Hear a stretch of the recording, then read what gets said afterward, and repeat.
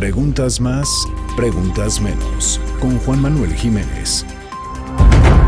La parte del consumo de crack fue la más triste, o sea, la más impactante para nosotros.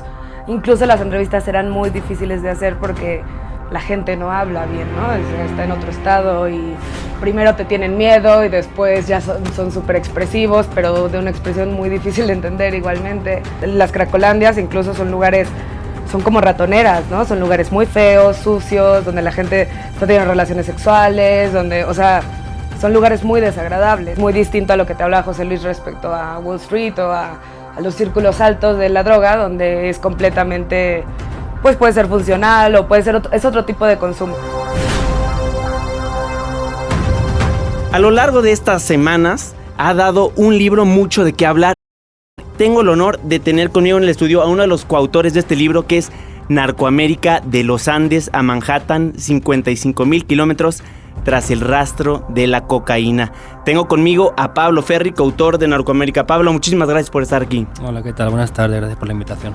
Oye, Pablo, pues en Preguntas Más, Preguntas Menos nos gusta conocer primero a la persona y luego ya nos adentramos a platicar acerca de este libro que está causando mucho de qué hablar por un tema tan bueno y tan sencillo de la manera que lo redactaron. Pero me gustaría empezar esta entrevista haciéndote una pregunta muy simple. ¿Quién es Pablo Ferri? Bueno, pues yo soy licenciado en periodismo, soy español, se nota por el acento.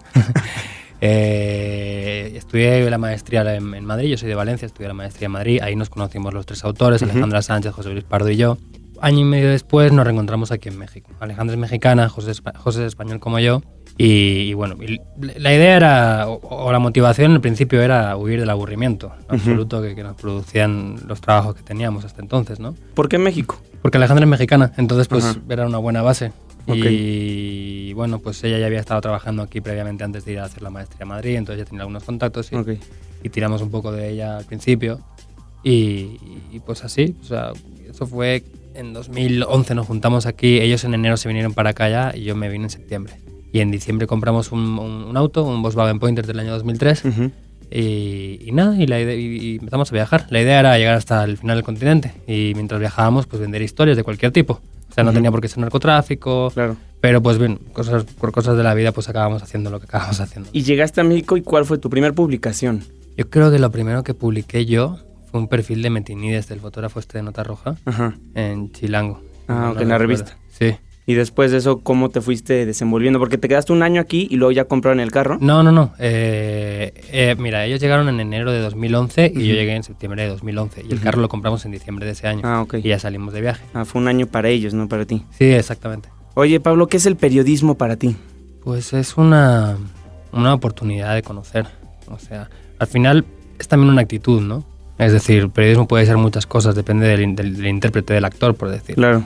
Puede ser tu programa de radio, puede ser la persona que se dedica a hacer bases de datos de Excel para, en fin, no sé, hacer cualquier historia. Puede ser lo que hicimos nosotros, ¿no? O sea, para mí, hasta ahora, el periodismo ha significado una oportunidad de conocer. Claro. Es que escuchaba una entrevista que le estabas dando a un periodista reconocido por La Mañana y él te decía que escribió muchísimo de algo que ya es muy viejo y que para él lo leía y era algo nuevo. Mira, Ciro, lo que pasa es que, además te digo una cosa, o sea, ha sido de los pocos que nos ha metido caño en una entrevista y tampoco está mal, le dice, al final tenemos que ser así. Sí, claro. Y lo que dijo es, no está muy gastada la forma de contar las cosas y le contesté que quizás sí, no sabía, pero pensábamos que era una forma acertada para el tema que estábamos tratando, claro. ¿No? Y luego además que creo que hacía honor a las personas y los trabajos que habíamos conocido en todo el viaje que nos llevó 2 años por Latinoamérica, ¿no? O sea, gente que además de hacer grandes investigaciones como el diario El Faro de El Salvador, en concreto su proyecto Sala Negra, escribe muy bien y cuenta las cosas muy bien, o los de La Silla Vacía en Colombia, o los de Anfibia en Argentina, ¿no? Entonces, bueno, pues no es que fuera simplemente ese el motivo de que utilizásemos elementos de crónica de la ficción en el sentido de la estructura y del desarrollo de los textos, pero pues sí que tuvo mucho que ver. Y luego además es que tampoco sabría contarlo de otra manera ahora mismo. Sí, claro. O sea, creo que el periodismo narrativo lo bueno que tiene hoy en día es que pues por lo menos tiene cabida.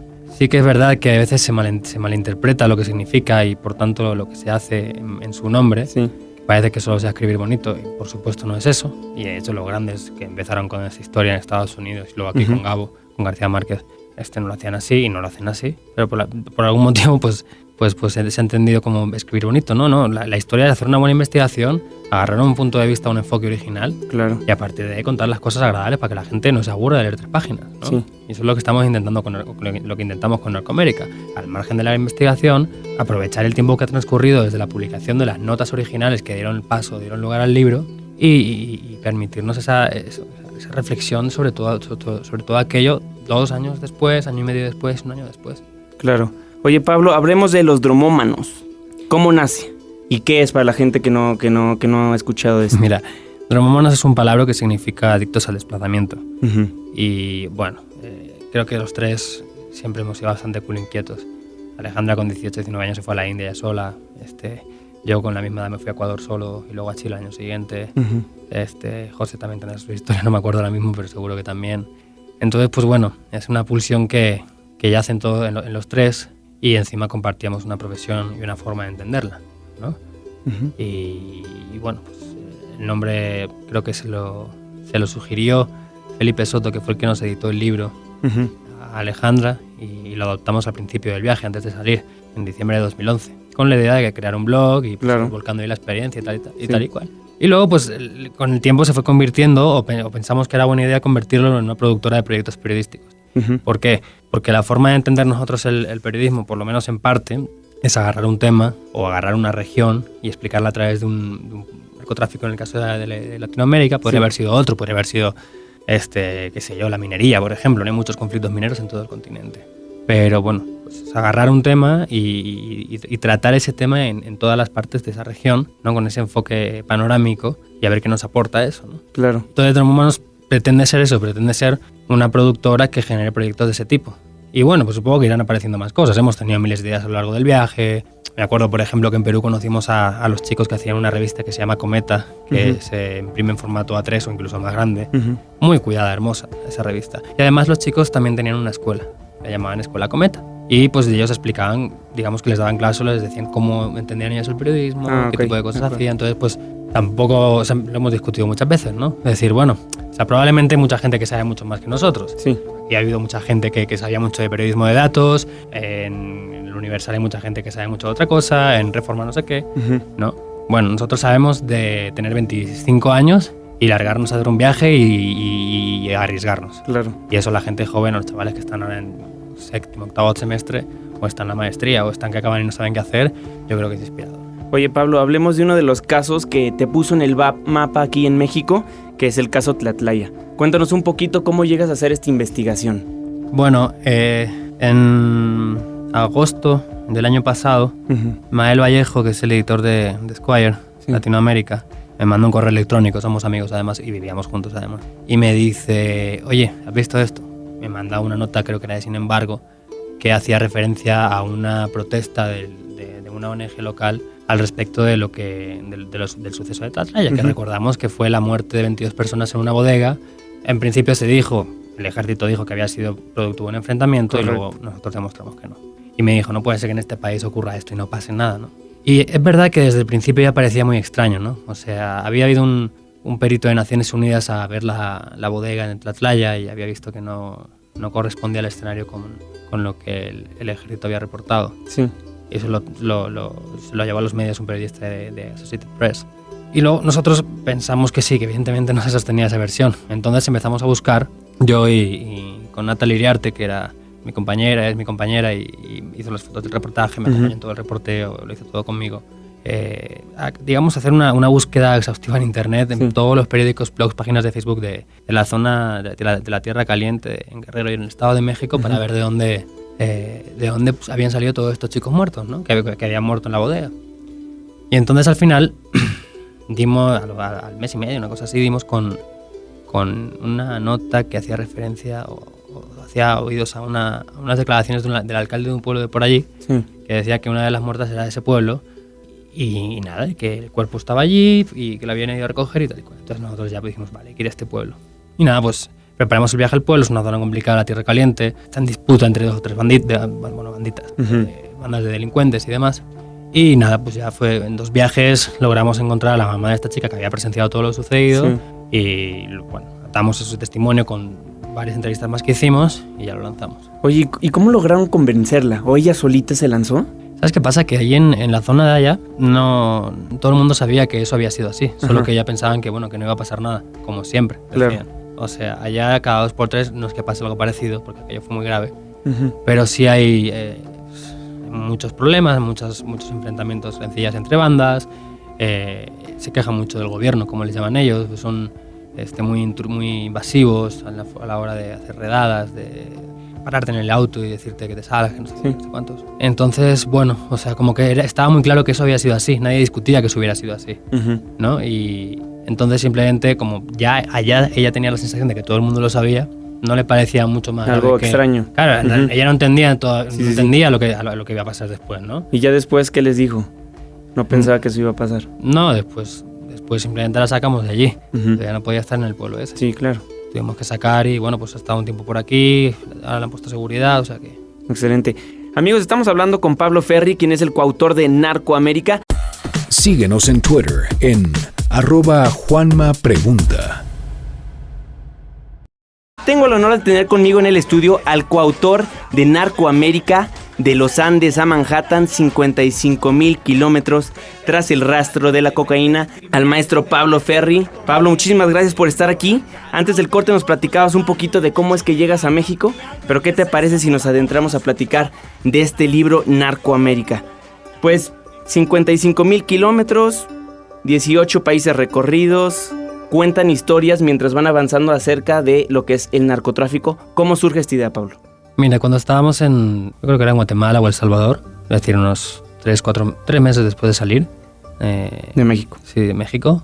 Creo que fue Alejandra quien propuso un tema sobre la llegada del cártel de los Zetas a Guatemala. Y cómo sus integrantes estaban copando plazas que antiguamente pues pertenecían, por decirlo así, a narcotraficantes guatemaltecos que pues bueno, un paradigma que se estaba rompiendo, ¿no? Sí. Entonces la revista donde iba a publicar Domingo, del Universal, la editora entonces, Wendy Selene Pérez, nos sugirió decir, oye, ¿por qué no aprovecháis el viaje que queréis hacer para contar el narco que no es México? Sí. ¿No? Es decir, aquí en México se habla mucho de narcotráfico, ¿no?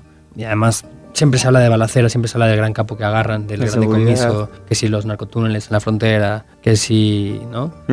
Y bueno, o sea, se trataba también de ver, bueno, qué hay detrás de todo lo que pasa aquí, o por qué pasa aquí lo que pasa en cuanto a los otros sitios, ¿no? Claro. O sea, cómo son los sitios donde se produce la hoja de coca, en Perú, Bolivia y Colombia, cómo es el segundo mayor consumidor mundial de cocaína y derivados que es Brasil, solo por detrás de Estados Unidos, ¿no? ¿Qué ha pasado en Colombia después de la muerte de Pablo Escobar y la aprehensión de los grandes capos de los 90? Claro. ¿No? Cosas así. Y nos pareció una idea excelente y lo hicimos, es lo que hicimos, digamos que dio sentido al viaje, este proyecto. Claro.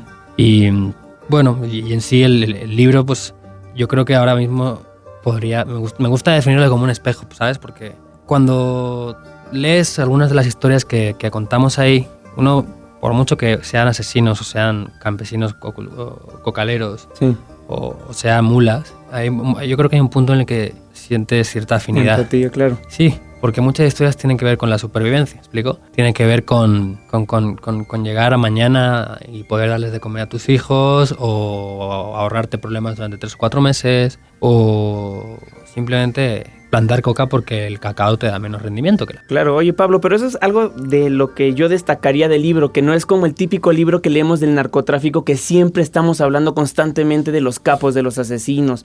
Aquí es más como las personas detrás de esas personas tan poderosas. Claro, porque el enfoque es fundamentalmente distinto. Claro. O sea, nosotros digamos que no alcanzamos la profundidad y la investigación en el sentido clásico de los libros de narcotráfico, sobre narcotráfico, seguridad, sobre, no sé, quiero decir, no tratamos de hacer de saber quién mató a Kiki Camarena, digamos, claro, ¿no? De rastrear una historia así. No, lo que estamos haciendo es elevarnos sobre todo el continente y ver, y generar una imagen panorámica global de qué es el tráfico de drogas, más allá de Pablo Escobar, el Chapo Guzmán, claro, o los narcotúneles, ¿no? Exacto. Y el narcotráfico en el continente, y por eso te decía que es un espejo, es gente claro, como tú, como yo, más pobre, más adinerada, que en algún momento se ha visto o se mete en el negocio o se ha visto involucrado en el negocio. Oye, Pablo, ¿corrieron algún riesgo a lo largo de su viaje? No. Nunca. No, nosotros sí contamos algunas anécdotas ahí, pero es más una parodia de nosotros mismos, ¿no? Claro. Por ejemplo, siempre nos preguntan por una que cuentan cuando estamos en Honduras, en Tegucigalpa, que Honduras es el país más violento del mundo, tiene la tasa de homicidios más alta del planeta, y nosotros estábamos en Tegucigalpa, en un hotel X. Entonces, después de hacer 24 entrevistas aquel día a la señora rectora de la universidad, cuyo hijo habían matado unos policías, con la señora viuda de un señor que era el alzar antidroga del país, se la habían asesinado en un semáforo con ella al lado, con la representante de Amnistía Internacional que nos había acompañado a la cárcel de la capital a hablar con cierta gente. Claro, llegabas el día, al final del día estabas tan cargado de historias, digamos, escabrosas, que cualquier detalle podía llegarte a generar paranoia, ¿no? Claro. Entonces, de repente, me acuerdo que a las 2 de la mañana suena una canción de Shakira, pero a todo volumen, debajo de la ventana del hotel. Entonces, claro, te paranoias, ¿no? Pues, evidentemente es una parodia de nosotros mismos y de la ignorancia de aquella época, ¿no? No es que ahora sepamos mucho más, pero bueno, probablemente nos asustaríamos si escucháramos a Shakira bajo la ventana ahora. Te ríes y ya está. Oye, Pablo, ¿y cómo iban consiguiendo a las personas que entrevistaban para su libro? Pues, ¿con al periodistas final, locales sí. o cómo funcionaba? El viaje, lo bueno que ha tenido, entre muchas cosas, ha sido la forma que hemos tenido de funcionar. O sea, nosotros salimos con muy poquitos contactos en todo el continente y hemos acabado con muchos amigos en muchas partes, ¿no? Y eso, pues, conoces a alguien que te presenta a alguien en otro país, que te presenta a alguien que sabe del tema que tú quieres tratar, sea narcotráfico o cualquier otra de las historias que hayamos tratado en este tiempo, y te van abriendo puertas. Claro. Y bueno, pues no puedes más que agradecerlo, pero es que era así. O sea, no solo los periodistas locales de los pueblecitos donde íbamos a reportear sobre el terreno, sino en las capitales también, ¿no? O sea, los colegas se han portado con nosotros súper bien. Claro. Y nos han ayudado mucho y nos han dado los contactos que hemos necesitado siempre. Ha sido magnífico.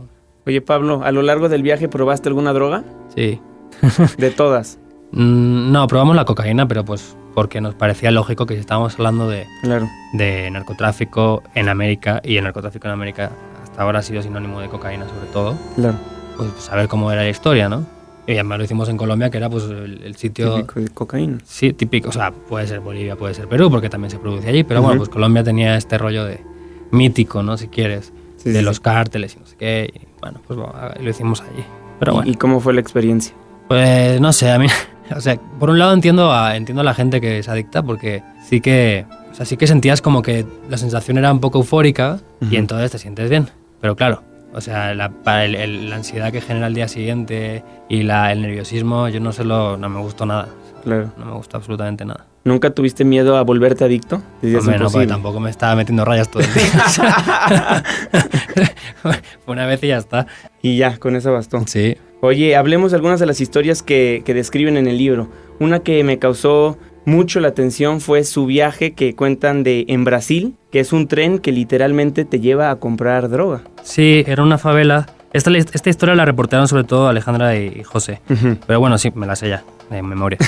es Río y Sao Paulo, que son las dos grandes ciudades brasileñas, que tienen alrededor de los barrios, digamos, ricos o de clase media, enormes bolsas de miseria, las favelas. Sí. Y en muchas de las favelas, sobre todo en Río, en Sao Paulo también, hay un grupo criminal u otro que domina. Y domina no significa que domina, digamos, en las sombras, no. O sea, ellos van armados a plena luz del día por la favela, por la calle. Y es una cosa que yo no había visto en otro sitio, no solo allí. Y bueno, en una de estas favelas, no recuerdo su nombre ahora, en Río de Janeiro, había un expendio de crack enorme. Y mucha gente agarraba un tren que dejaba... Tenía una estación, la línea de tren tenía una estación por allí para comprar el crack. Sí. Y pues es una droga muy barata, las dosis son baratas y el resultado... yo no lo probaba eso, la verdad, ni ganas. Visto cómo deja la gente. Pero bueno, digamos que genera una adicción muy fuerte, ¿no? Y además el efecto en el cerebro es destructivo, es más rápido todavía o parece por lo menos, viendo cómo se queda la gente más rápido que con otras drogas. Entonces sí, es impresionante, ¿no? Me contaban ellos ver cómo llegaba toda la gente, la manada de gente desde el tren, ¿no? Todos con los ojos abiertos, enormes, probablemente con el billete apretado en la mano para comprar su dosis de crack, todo lleno de cracudos, ¿no? Por allí, enfermos al final, o sea, claro, adictos, ¿no? Sí, o sea, fue por lo que me lo contaron, yo no lo presencié aquella, pero pues luego pues lo hablamos mucho y y me contaron que fue una de las cosas más fuertes que vieron. Oye, Pablo, antes de terminar te quería preguntar, tú que eres periodista y por ende no eres un experto en políticas de drogas, por así decirlo, ¿ya has visto el problema de viva voz? Yo sé que tú como periodista tal vez no me puedes dar una solución al problema de las drogas, pero ¿algo pues, se podrá hacer como región para enfrentar al narcotráfico? Sí, plantearse de verdad que el paradigma de política contra las drogas actual no funciona. Y no es que lo diga yo, es que es una evidencia. Sí. O sea, hace 35 o 40 años recuerdo que es cuando Nixon considera el narcotráfico como un problema de seguridad nacional y actúa en consecuencia, no había menos muertes que ahora por este fenómeno. Sí. ¿No? O sea, no había los problemas que existen en Honduras, en Guatemala, en Nicaragua o en México, ¿no? Con el tema de la violencia y los muertos. Y luego es que, claro, el narcotráfico ahora mismo, o sea, no va solo, o sea, es un fenómeno asociado a la extorsión, me refiero al derecho de piso, mordidas, etcétera, sí. A la trata de blancas, a la trata de personas, me refiero, etcétera, ¿no? Sí. Entonces, claro, o sea, hay que plantearse que, uno, la lucha contra las drogas como tal no ha funcionado. Entonces, lo que tiene que hacer, yo, bajo mi punto de vista, sí. Los gobiernos latinoamericanos, bueno, americanos en general, Estados Unidos igual, es sentarse al máximo nivel. O sea, no me vale el tercero en la lista de la Secretaría de Gobernación. Tiene que ser el presidente, el primer ministro o el secretario más importante de todos los países. Se sienten a plantearse que esta no es la solución. Y sobre todo, más allá de eso, no se puede tampoco considerar al consumidor un delincuente, sino un enfermo. Con lo cual debería, bajo mi punto de vista, debería plantearse más como un problema de salud pública que como un problema de seguridad. Lo es, evidentemente. En México tenemos muchos ejemplos de ello, sí. Pero no puede ser el único ámbito desde el que se aborde. Como lo hace Estados Unidos al 100%, ¿no? Pues no sé si al 100%. O sea, seguro que hay experiencia de Estados Unidos donde el consumidor no es tratado como un delincuente, sino que pues, se le ayuda, ¿no? En su día, con la epidemia de heroína en los 80, en España también hubo, por ejemplo. O sea, bueno, había muchísimos centros que suministraban metadona a los adictos para tratar de quitarse la adicción a la heroína, ¿no? Es decir, pues son aproximaciones a la resolución del problema distintas y quizá más adecuadas al núcleo del problema, que al final son los adictos, ¿no? Oye, Pablo, pues muchísimas gracias por estar en Preguntas Más, Preguntas Menos. Te agradezco y te felicito porque eres muy joven. ¿Cuántos años tienes? 29, me parece. 29, sí. 29 años, ya con un libro, premios. Tienen el Premio Ortega y Gasset de Periodismo impreso en el 2014 y el Premio Nacional de Periodismo ese mismo año, me parece. Sí, lo que pasa es que unos le dicen 2014 y otros 2013, pero fue en el mismo año. O sea, 2014 de... Sí. Pues excelente, Pablo. Muchísimas gracias por estar aquí. Nada, muchas gracias a vosotros.